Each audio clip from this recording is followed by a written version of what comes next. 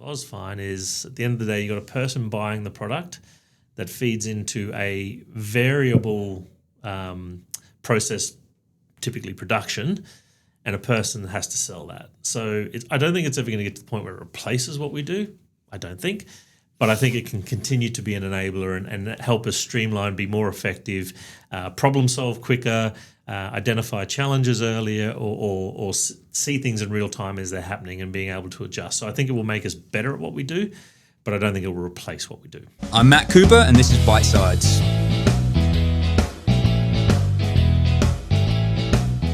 Welcome to Series 2 of the Aus Fine Foods Bite Sides podcast, 2026. Pretty excited to learn that we survived the first series and we're into Series 2. And there's actually some people out there that are listening and are somewhat interested in what we have to say, which is pretty cool. Edition 1 of Series 2, and this is pretty exciting. We've got someone from the inside the walls of Ausfine. And a lot of people apparently are pretty interested to find out more about our guest, who happens to be Peter Neilson, who is our Chief Commercial Officer, CCO at Aus Fine Foods. Pete, welcome. Thank you, Matt. Good to be here. Feeling no pressure at all. First cab off the rank for the new season, so hopefully entertaining for everyone. Well, I'm sure it will be, Pete. I'm sure it will be. You're relatively new to the Ausfine world, and you've got a whole heap of history and experience behind you. So as a starting point, it'd be great to hear about your professional journey from prior to joining Ausfine. Yeah, no, thank you. And joined in May last year, so 8-9 months into the role now. I had nearly 20 years experience prior to that in the liquor industry, working for Treasury Wine Estates and Diageo. Most people would join the dots, and Treasury is a wine company. Diageo is one of the world's biggest, or is the world's biggest spirits business globally. Prior to that, did have some time in food, working with Nestle and Mars, and had a stint at Reebok as well, which was quite good timing. I was working for them in 2000 in Sydney during the Olympics. So perfect timing to be at Reebok. Yeah, exactly right. And there is a parallel between the dairy and meat industry and the booze industry, because we're big supporters of They go very well together. You go to any dairy or meat function, and we're supporting the booze industry very, very well. So I think we're one of your best clients. But anyway, and vice versa. Even going back to your Reebok days and then into Mars. What was that journey, and kind of where did you start and where did you end up in each organisation? So Mars was my first, I guess I'd call it real corporate job. I had done a couple of things prior to that, but go back even further. Nestle was the first one, and I was a territory manager out on the road with a bag selling imported third-party products to mum and dad stores around in Brisbane at the time. Right. So literally knocking on the door. Knocking on the door. So everything from German jams to Italian goods, all sorts of things. It was a great business.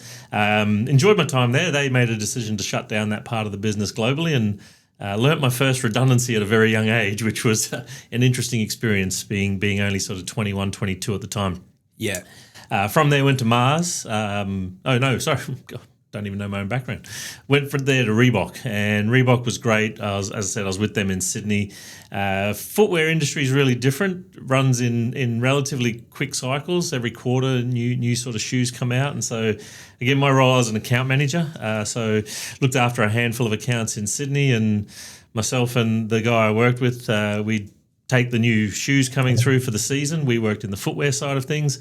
He'd take the lefts, I'd take the rights, and we'd take them around and show everyone all of the new shoes coming for the season and try to secure orders and get ranging of all the new shoes for the season coming into the stores.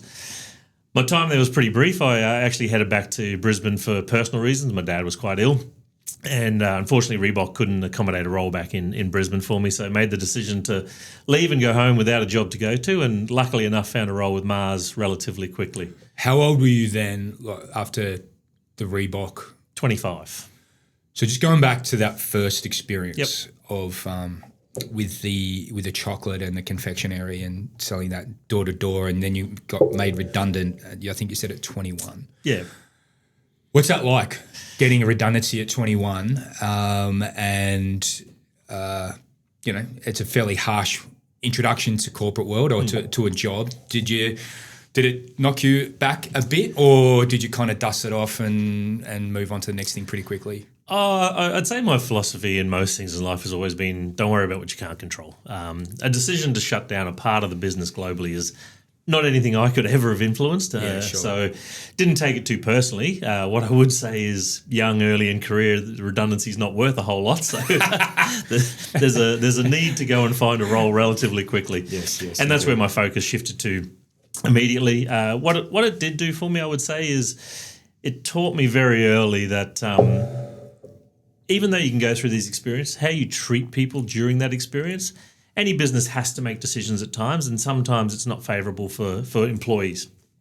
But how you treat people through that process is really important, because I left there with no bad feelings. I was, treated well, communicated to well, learned a bit about these things. It was, as I say, my first time, and you learn a little bit, and you take the experience with you, and you keep the good things, and you forget about the bad. But certainly didn't let it affect me. Yeah. Okay. It's very young to be, exposed. It was to that. I didn't even know these things happened. Yeah. What does redundancy mean? It's not good, right? No, interesting. So, it's a very young, and then even moving on from Reebok at 25 back to Brisbane, don't have a job. Again, another fairly confronting thing to confront at 25, but you found your way to Mars. Found my way to Mars, and as I said, the reason to leave was purely personal, due to Dad's condition, and luckily enough, got a role with Mars. Started with them in Brisbane, did all of 3 months, and they said, "Do you want to move to Darwin?"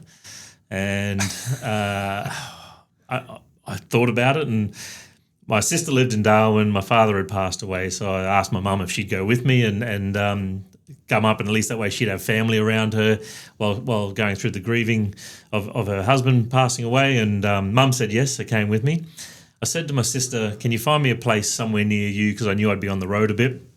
She found me a house next door. It was a little too close for comfort, but pretty close. Made it very easy for Mum, so it actually worked out pretty well. So I moved up to Darwin. Again, I was back out on the road, sort of selling, driving. I covered Darwin all the way down to Alice Springs, correct, and all the way over to Kununurra. So had a pretty big territory I was covering. A lot of time on the road, thousands and thousands of kilometres every month. But to be honest, I loved it, enjoyed it. I just got to the point where I was looking for the next thing, so made the decision to leave Darwin. Went from Darwin to Ballarat, so one extreme to another. That is an extreme. For anyone not familiar with those two locations, do you want to just give us a summary of what Darwin is like and what Ballarat is like? Well, Darwin is the absolute top end of Australia pretty much, and doesn't get below 25 degrees. Crocodiles walking down the main street? No, not quite down the main street, but certainly everywhere you go if you're not careful. And then Ballarat's at about an hour west of Melbourne, and gets pretty cold there in but elevated cold. Cold old winter. Yep. So went down there to do a category management role, which was very different. So working out how to launch new products into supermarkets, doing customers do their range reviews, their category reviews, so presenting all the data and analysis around why they should keep our products and get rid of someone else's. So learned a lot through that as well. Highly analytical role, which I enjoyed. Then got asked to move to Adelaide, so a little further west, and took on my first people management role. Made some horrible mistakes early. People. I just assumed everyone wanted to be managed the way I wanted to be managed. Turns out they don't. They all have different needs, and so I learned a lot in that role. It was great. It was a unique experience because based in Darwin, I was a part of the SANT team. So a lot of the people I was now managing were my peers, no less than 12 months ago. So again, a lot of learnings and good experiences out of that. But I found my way, loved it, really enjoyed it. How many people were you managing in that initial role? 8. Okay, 8. So that's quite a lot. Yeah, as a first role it was, and everything from account managers to territory managers out on the road. It was good experience. Then got asked to move up to Sydney, so I was back in Sydney. I have moved all over Australia. You have quite a lot, and then moved into an account management role, looking after the cinemas, a Greater Union and Hoyts, and BP and UCB, United Convenience Buyers. So again, 4 very, very different accounts, but good experience as a first real account management role. Excellent. And then, so that was the Mars journey. And when did that end up? Start of 2006. I had a fairly vertical sales career. And one of the things I was very conscious of and advice I'd been given is if you want to get to the point of senior roles, general management, managing director type roles, CEO roles, a vertical sales career won't cut it. You won't have the experience necessary to really be effective in those roles as you get there. So I wanted to go and do something completely different. Got contacted about a role with Diageo, which was a sales capability role, so training people. So I went from being an account manager to training people how to be account manager. Again, what I loved about that role is you got to work with all different sorts of people. Probably the hardest thing was you're not their line manager, so you've really got to influence by showing better ways to do things as opposed to there's no telling someone to do something in that role. It was all through purely influencing. So it was a great role for developing influencing skills. You had to put yourself in their shoes, think about what they're going through, what their needs are, and how to help them, which is, I think, a skill I took with me into all my future customer roles. So that was great.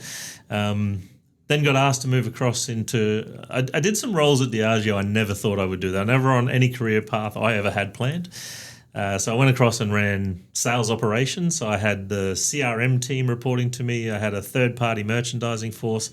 I had a team that managed all the trade assets, so the fridges that go into venues, the taps for beer, all that sat under me. And again, it was all new experience, but it was great. So just to kind of round that out as far as background, can you tell me like some of the brands that Diageo were handling, and then little side bet, what was the total sales force that was sitting under what you were influencing?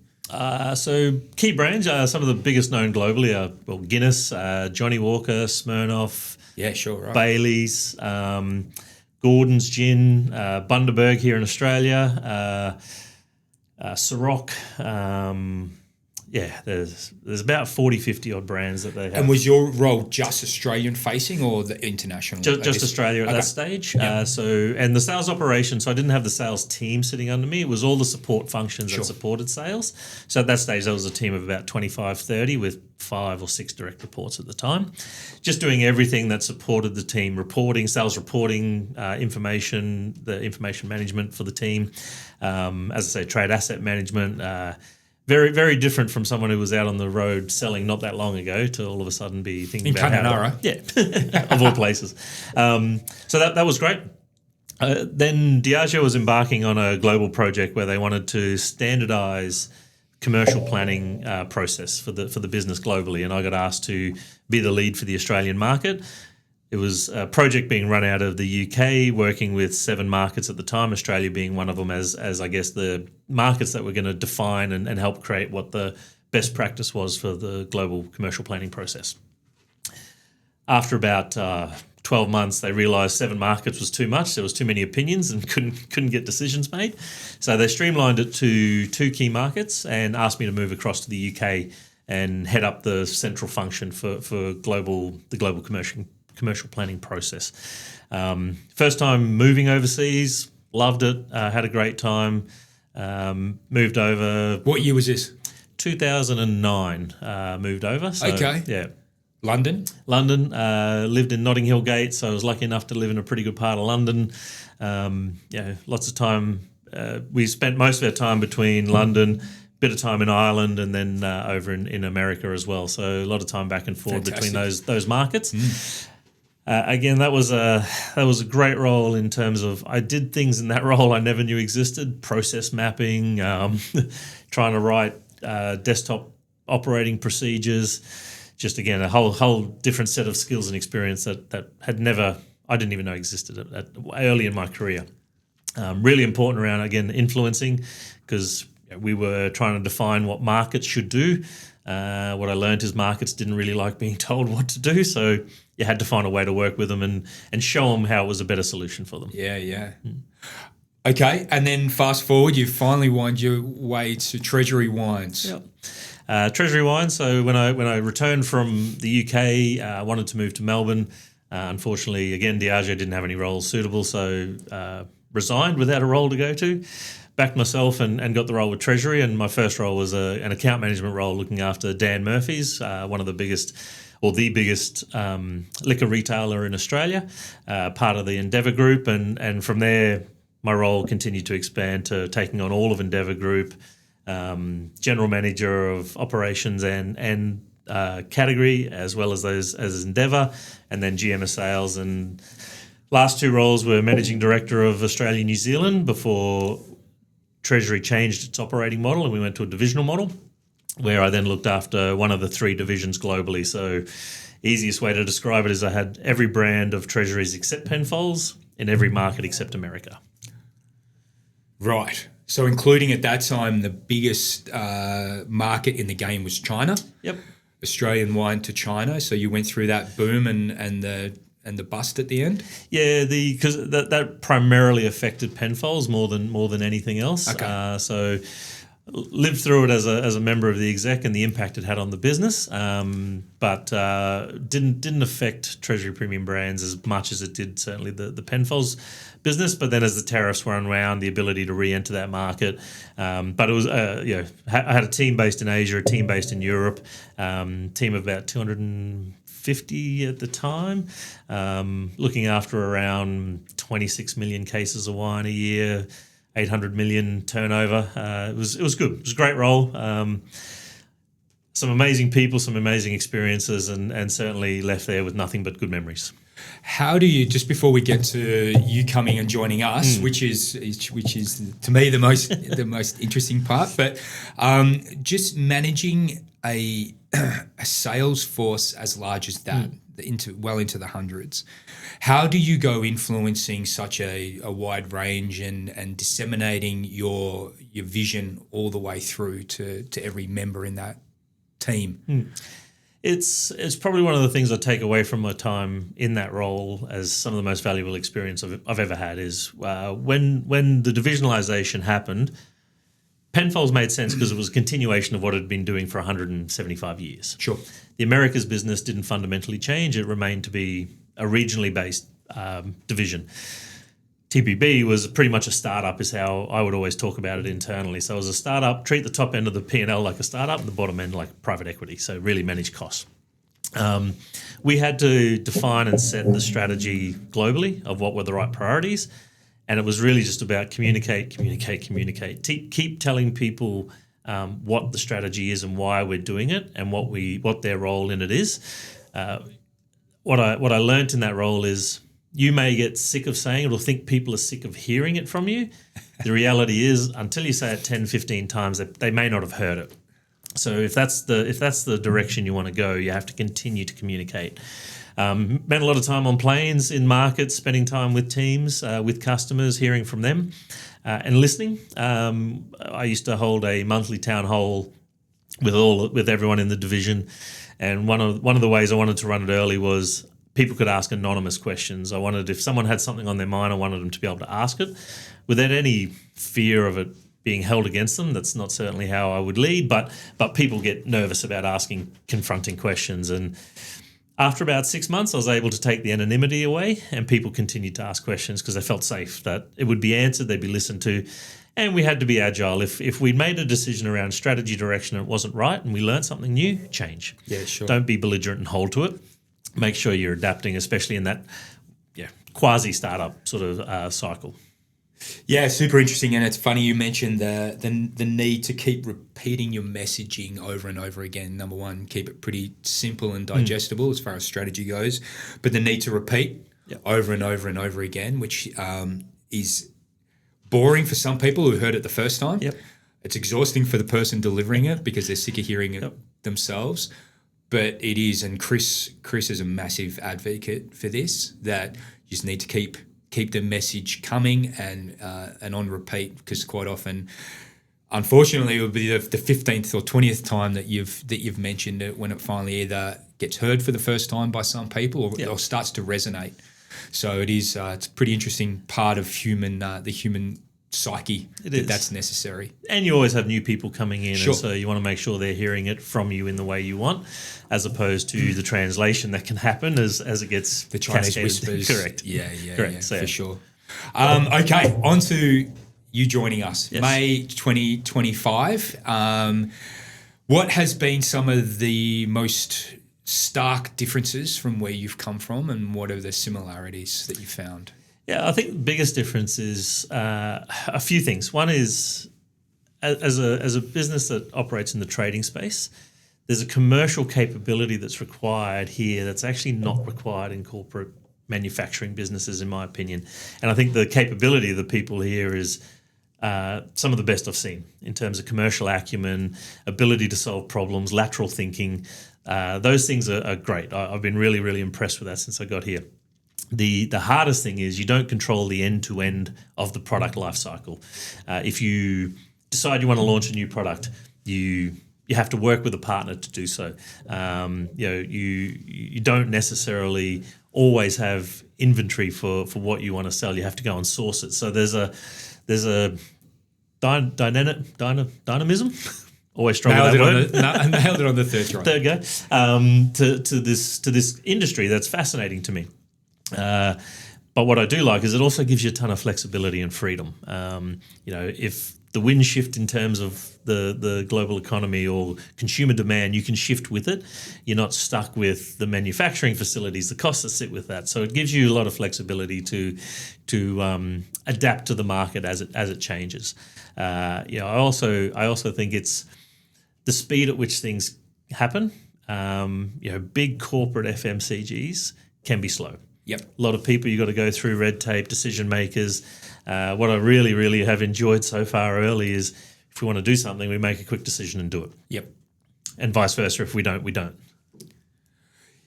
Yeah, that's really interesting observation. Just we need to be essentially selling in every aspect of what we do. Yep. With every business partner, be it a transport provider or obviously the buying of product and ultimately the selling of product. But it's everywhere in between as well, which is unique, I think. It is, very. Yeah, when you don't have control over the production of what it is you're selling. Yep. And any similarities that you see? Oh, look, at the end of the day, it doesn't matter whether you're selling wine, chocolate, German jams. There is a consumer demand for it. It's understanding what that consumer demand is and how to meet it, and what role you play in meeting that demand. Now, as a treasury, for example, your end-to-end ownership of vineyards, manufacturing through to the sales, you own a part of it, but you don't own the retail end either. So it's just the variations of how much of that chain is actually owned. But at the end of the day, you're trying to satisfy a consumer demand, which is what's driving the supply. So that's a big similarity. The amount of product moved globally around the world is another similarity. The size of the food industry. Look, I'll be honest, I wasn't aware of the scale of it, but it's huge. It's incredible. It is. It is incredible the amount of food that is moving around the world at any one time. Yep. Truly unbelievable. Just taking one step back into your wine experience and just around branding. Now, this is a very, very small part to what we do, only minute at the moment.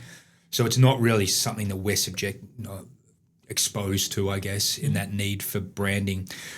Just your experience on what makes when branding works. What's the secret sauce? And did you find in wine that the branding did make a big difference? Putting Penfolds probably aside as the standout, but the brands that you handled, were there any that landed really, really super successfully and others that kind of just failed? And can you find a parallel between the two of why? Yeah, definitely. Squealing Pig is a brand that is in Australia. It's starting to get launched in America, does sell in Asia and the UK. It's a quirky brand. The reason I think it works is it doesn't take itself too seriously in what is a very serious category. Sure. And to be honest, most people have a level of understanding of wine, but there's only a small percentage of the world that have a deep understanding. So people get intimidated when shopping for wine. You walk into I'm going to use Dan Murphy's as the example. They got something like 3,000 bottles of wine on the shelf. How do you pick the one for you? So Price. people go price, right? That's what happens. But if you can get a brand that stands for something that consumers then go, well, that brand, I associate with that brand, that resonates with me. That's the connection you got to try and create. Easier said than done, especially in something like wine, which is a highly commoditized category. If you like a $10 Shiraz, you'll find 40 of them in store. Yep. So and the taste spectrum isn't so broadly different that you're going to be offended by one or the other. So having a brand that stands out with some quirkiness, playfulness, people connect to it is really, really important. 19 Crimes is another one that really worked. The partnership that Treasury put in place with Snoop Dogg on that brand was a phenomenal success. So there are ways to do it. There's ways to use culture. There's ways to use quirkiness, personality. Taking it too seriously, I think we saw plenty come and go in that space that didn't necessarily work. Yeah, that's super interesting. I guess the amount of different wine brands far eclipses what you see in a dairy aisle as an example. But even so, you see so many brands that are fairly similar in their messaging in dairy. The tie back to the farm, the cow, the rolling green hill imagery, etc. But then you see the occasional ones that really have kind of cut through. One of the ones, Baby Bell, out of Europe, or even more locally, the 5 a.m. yogurts really seem to resonate as well. And then you've got the A2. A2 category and branding, which has done a really great job of cutting through with their messaging as well, creating that need for the A2 protein. So some have worked really well, but a whole bunch very quickly fall into the Me Too category. Anyway, I guess for our perspective, it's a little bit from the periphery looking in. Obviously, we're not relying on brands as we speak, although from our QSR part of the business, which you're getting more heavily involved with, it's becoming a little more pronounced. So, I look forward to your playful brand development when you get there, Pete. What you're going to come up with. Look forward to it too. Really good. Well, actually, believe it or not, we're coming kind of towards the end of our chat, but a couple of questions I've got remaining.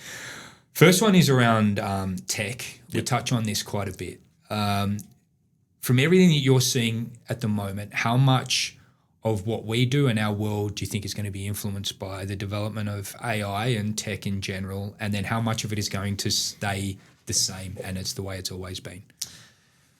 I mean, I'll preface anything I'm about to say with I'm not a tech expert. But what I would say is my observations are AI at this stage, I think there's a lot more promises than capability. Now, it will develop fast, it will evolve quickly, and it will get better and better.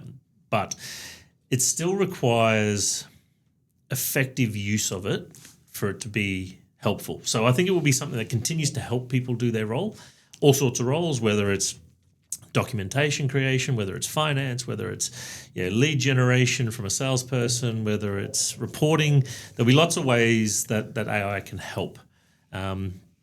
But when I think about it in the context of Ausfine is at the end of the day, you've got a person buying the product that feeds into a variable process, typically production, and a person has to sell that. So I don't think it's ever going to get to the point where it replaces what we do. I don't think. But I think it can continue to be an enabler and help us streamline, be more effective, problem solve quicker, identify challenges earlier, or see things in real time as they're happening and being able to adjust. So I think it will make us better at what we do, but I don't think it will replace what we do. Good answer.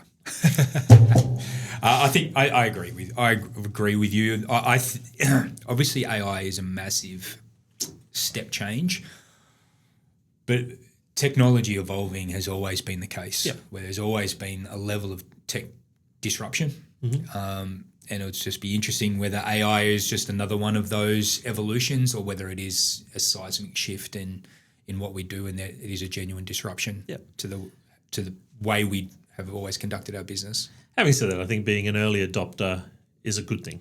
For sure. So, I think that's certainly the position that we're taking at Ausfine. Very good. And as we kind of that projection into the future continues, where do you see Ausfine in the next 12, 18, 24 months heading? Yeah, look, I think one of the things that really attracted me to Ausfine was actually the growth ambition, the story of the business, but the growth ambition of the business as well. And certainly from what I can see, there is still plenty of opportunity out there for us. I think we have a really well-established, healthy dairy division, certainly servicing within the Australian market.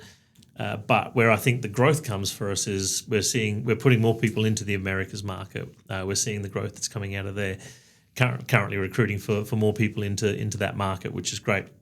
We used to hold a stronger position in the Asia market, and we've just recruited our first person based in Singapore. We have, which is exciting. Welcome, Alvin. I think the opportunity to continue to grow the business in the dairy business in both the US and Asia are priorities. Next is meat. Meat is one of my third day, I think it was. There was a stat shared that essentially the meat industry is 1.5 times the size of the dairy industry. That has to be a significant opportunity. So how we go after that is where I see opportunity for strategic growth. And then we got the alternate channel division, which is a couple of years into its life cycle, much longer lead times in terms of working with customers, but starting to see some of that come to fruition now. And again, the QSR, the food service, the retail side of things, there's plenty of opportunities in that space as well. So if I sort of narrow it down, they're the 4 areas of focus that I see for the next sort of 12, 18 months to support the growth ambition we have. Fantastic. On that note, and forward-looking and bright-eyed, that's going to come to the end of our first edition of our new series of the Ausfine Bite Size podcast. Pete, thank you for that. I learned a lot, as always, in these chats, but that was really insightful, and I appreciate your time today. No, thank you. Appreciate the opportunity. Subscribe, guys, and we'll keep the content coming. Thanks very much.